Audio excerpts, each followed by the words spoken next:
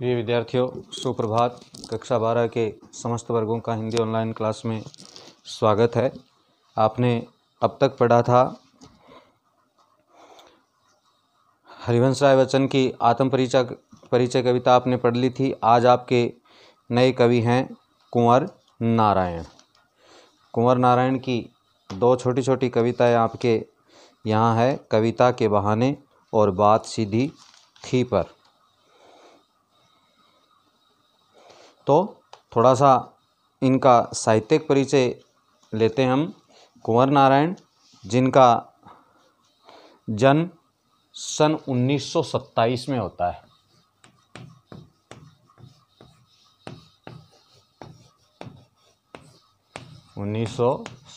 ईस्वी में। मैंने एक दिन आपको बताया था कि सच्चिदानंद हीरानंद वात्सेन अगे द्वारा तार सप्तक 7 कवियों की रचना प्रस्तुत की गई थी 1943 में, जहाँ से प्रगतिवाद का क्या होता है, अभ्युदय होता है। लेकिन ये प्रयोगवाद के कवि हैं और तीसरा तार सप्तक इन्हीं के द्वारा प्रकाशित किया गया था 1959 में। 1959 में तीसरा जो तार सप्तक 7 कवियों की रचना थी, उसमें ये अग्रगण्य क्या थे, कवि थे। इनकी जो प्रमुख कविताएं हैं, काव्य संग्रह, वो चक्रव्यूह है। चक्रव्यूह है।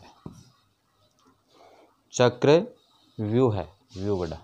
चक्रव्यूह है, परिवेश,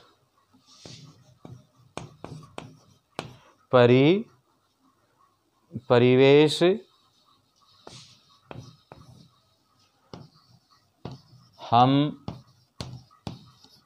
हम तुम, अपने सामने,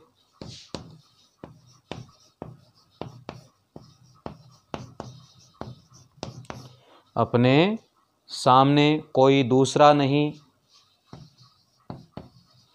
कोई दूसरा नहीं, कोई दूसरा नहीं, इन दिनों,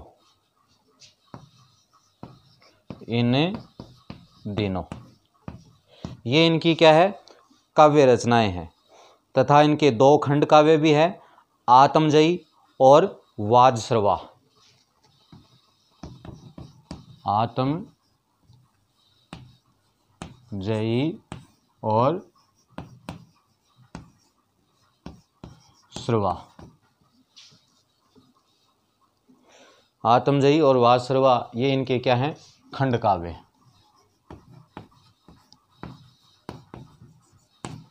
ये इनका साहित्यिक परिचय की प्रमुख बातें हैं।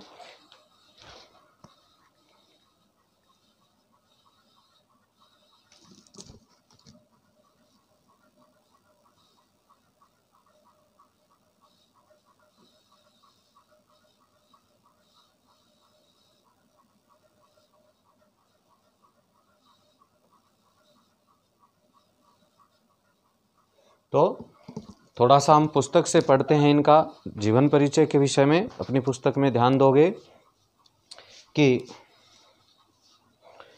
नई कविता आंदोलन के प्रमुख कवि कुंवर नारायण का नाम तीसरा तार सप्तक जो प्रकाशित हुआ था 1959 ईस्वी में, के अग्रगण्य कवियों में लिया जाता है। वे अपनी रचनाशीलता में इतिहास और मिथक के माध्यम से वर्तमान को देखते हैं। उनका रचना संसार व्यापक है। 1950 के आसपास काव्य लेखन की इन्होंने क्या है, शुरुआत की थी। हैं, कविता लेखन का कार्य इन्होंने कब से शुरू किया था, 1950 के आसपास। 1950 के आसपास इन्होंने काव्य लेखन की शुरुआत करने वाले कुंवर नारायण ने कविता के साथ साथ कहानियाँ, लेख व फिल्म समीक्षाएं भी लिखी है।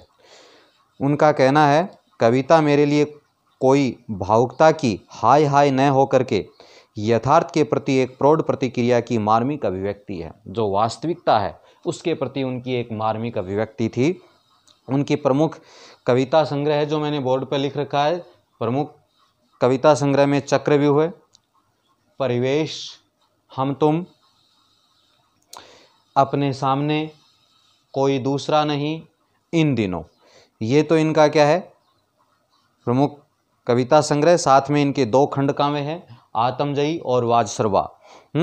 ये इनके खंड काव्य। हाँ, आत्मजयी तथा वाजश्रवा के बहाने उनके 2 खंड काव्य हैं। आकारों के आसपास इनका कहानी संग्रह है, और इसके अलावा आज और आज से पहले नामक इनका क्या है एक समीक्षा ग्रंथ भी है। पाठ्यपुस्तक में संकलित कविता कविता के बहाने भौतिकता एवं यांत्रिकता के दौर में कविता की महत्ता को दर्शाती है। आज वैज्ञानिक युग में भौतिक सुख सुविधाओं के पीछे मनुष्य दौड़ता चला जा रहा है।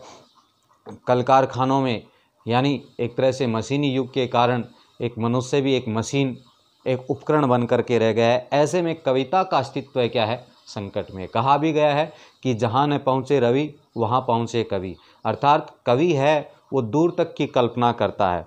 कविता, कहा भी गया है कि साहित्य समाज का दर्पण होता है। काव्य है वही समाज के सामने वास्तविकता को प्रकट करता है। लेकिन आज यांत्रिकता और भौतिकता के पीछे दौड़ने वाला मनुष्य शायद कविता के वास्तविक औचित्य को भूल चुका है। इसलिए कविता के अस्तित्व को बनाए रखने के लिए और प्रस्तुत कविता में भाव भरे हैं कविता के बहाने में। तो पाठ्यपुस्तक में संकलित कविता कविता के बहाने भौतिकता एवं यांत्रिकता के दौर में कविता की महत्ता को क्या है दर्शाती है। आज भले ही हम कितनी भौतिक सुख सुविधाओं के पीछे दौड़ते चले जाएं, कितना भी मशीनी युग क्यों न आ जाए, लेकिन फिर भी कविता का एक अलग महत्व है।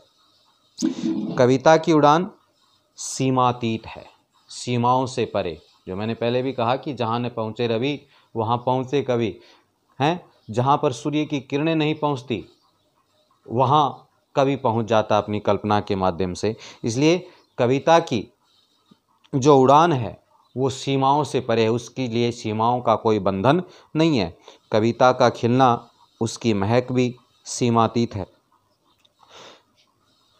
बच्चों के असीम सपनों की तरह कविता का दायरा भी क्या होता है असीम होता है। बच्चा खेल खेल में अपने और पराये का जाति का, क्षेत्र का इत्यादि का भेदभाव नहीं करता। वैसे ही कविता भी किसी भी प्रकार का कोई भेदभाव नहीं करती, वो तो वसुधैव कुटुंबकम की भावना रखती है।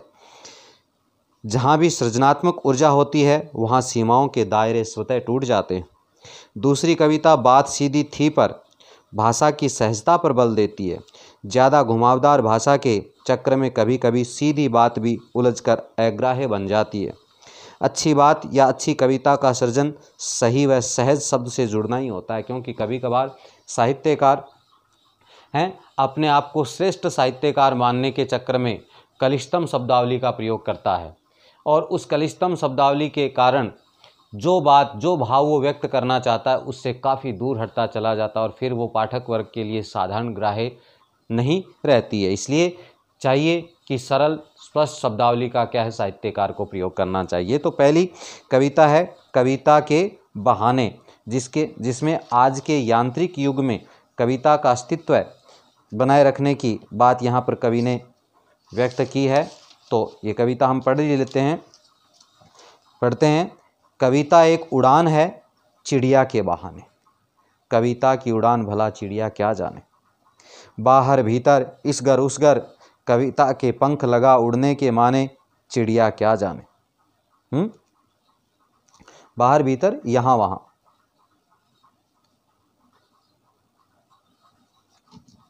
कोई कलिश शब्द नहीं है इसमें।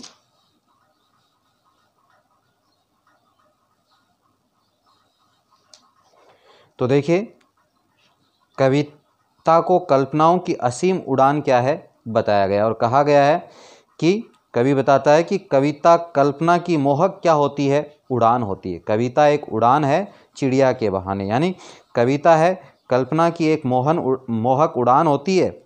वह चिड़िया की उड़ान के समान नई नई कल्पनाएं क्या करती है, प्रस्तुत करती है। कविता स्वयं उड़ान भरती है, उसमें नए नए भाव, नए नए विचार आते हैं। कविता की उड़ान सीमातीत होती है और चिड़िया की उड़ान की क्या होती है, एक सीमा होती है। तो फिर से मैं पढ़ रहा हूँ, इतना तो भाव बता दिया मैंने।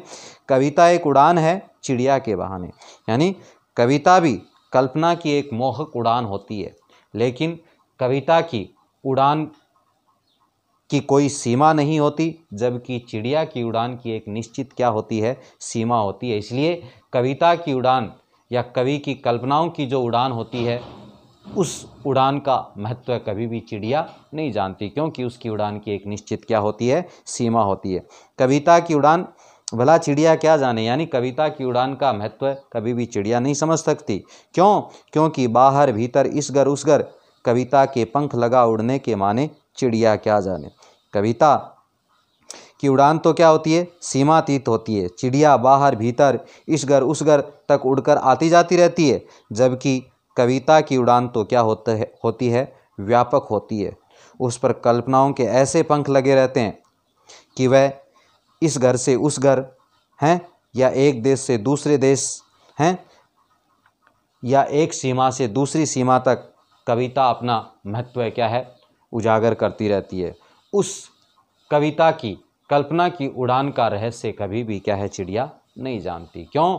क्योंकि उत्तम साहित्य होता है वो कालजयी होता है, कभी भी क्या है, किसी भी देश में किसी भी वर्ग द्वारा कभी भी क्या है, पढ़ा जा सकता है और उसका आनंद लिया जा सकता है। कविता एक खिलना है फूलों के बहाने। कविता का खिलना भला फूल क्या जाने। बाहर भीतर इसगर उसगर बिना मुरझाए महकने के माने फूल क्या जाने। कविता एक खेल है बच्चों के बहाने। बाहर भीतर ये घर वह घर सब घर एक कर देने के माने बच्चा ही जाने। तो कविता और फूलों की तुलना कर कविता को अधिक क्या है, कवि ने प्रभावी बताया कि कविता एक खिलना है फूलों के बहाने। जैसे पुष्प खिलता है, 10-15 दिन पश्चात हैं वो मुरझा करके और टहनी से गिर जाता है, उसकी महक होती है वो भी एक निश्चित सीमा में ही फैलती है। लेकिन आज लिखा गया साहित्य हर समय हर वर्ग के पाठक द्वारा हर देश में क्या है, पढ़ा जाता है और उस कविता का क्या है, आनंद लिया जा सकता है।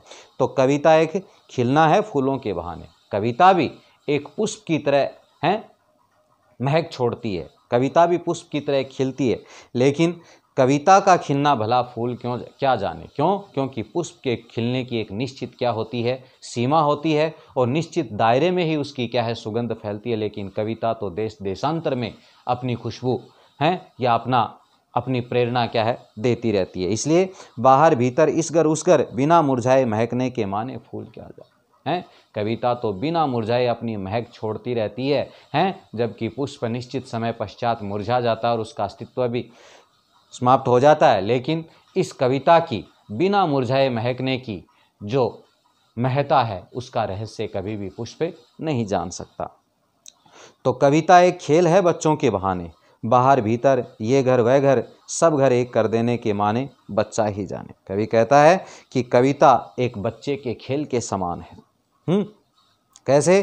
कि कवि बच्चे के खेल के समान ही किसको माना है, कविता को। क्यों? क्योंकि बच्चा कभी भी एक घर से